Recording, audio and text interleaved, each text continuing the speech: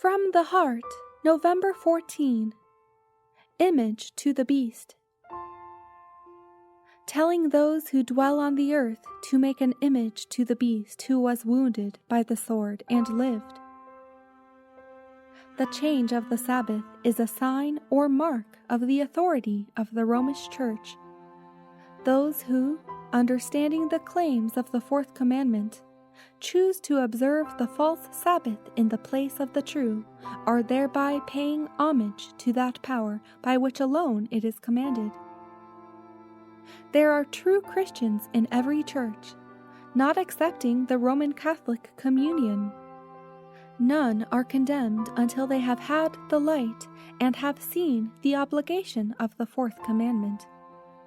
But when the decree shall go forth enforcing the counterfeit Sabbath, and the loud cry of the third angel shall warn the world against the worship of the beast and his image, the line will be clearly drawn between the false and the true.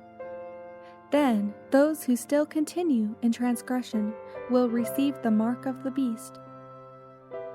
With rapid steps we are approaching this period, when Protestant churches shall unite with the secular power in sustaining a false religion, for opposing which their ancestors endured the fiercest persecution.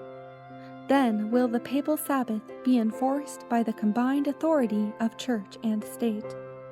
There will be a national apostasy which will end only in national ruin. By compromises and concessions, Protestants have tampered with and patronized popery, giving her vantage ground which papists themselves are surprised to see and fail to understand. The Protestant world needs to be aroused to resist the advances of this most dangerous foe to civil and religious liberty.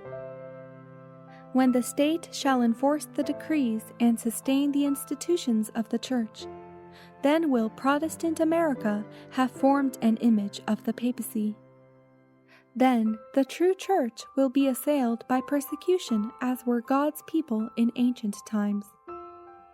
Almost every century furnishes instances of what human hearts, controlled by rage and malice, can do under a plea of serving God by protecting the rights of the Church and state.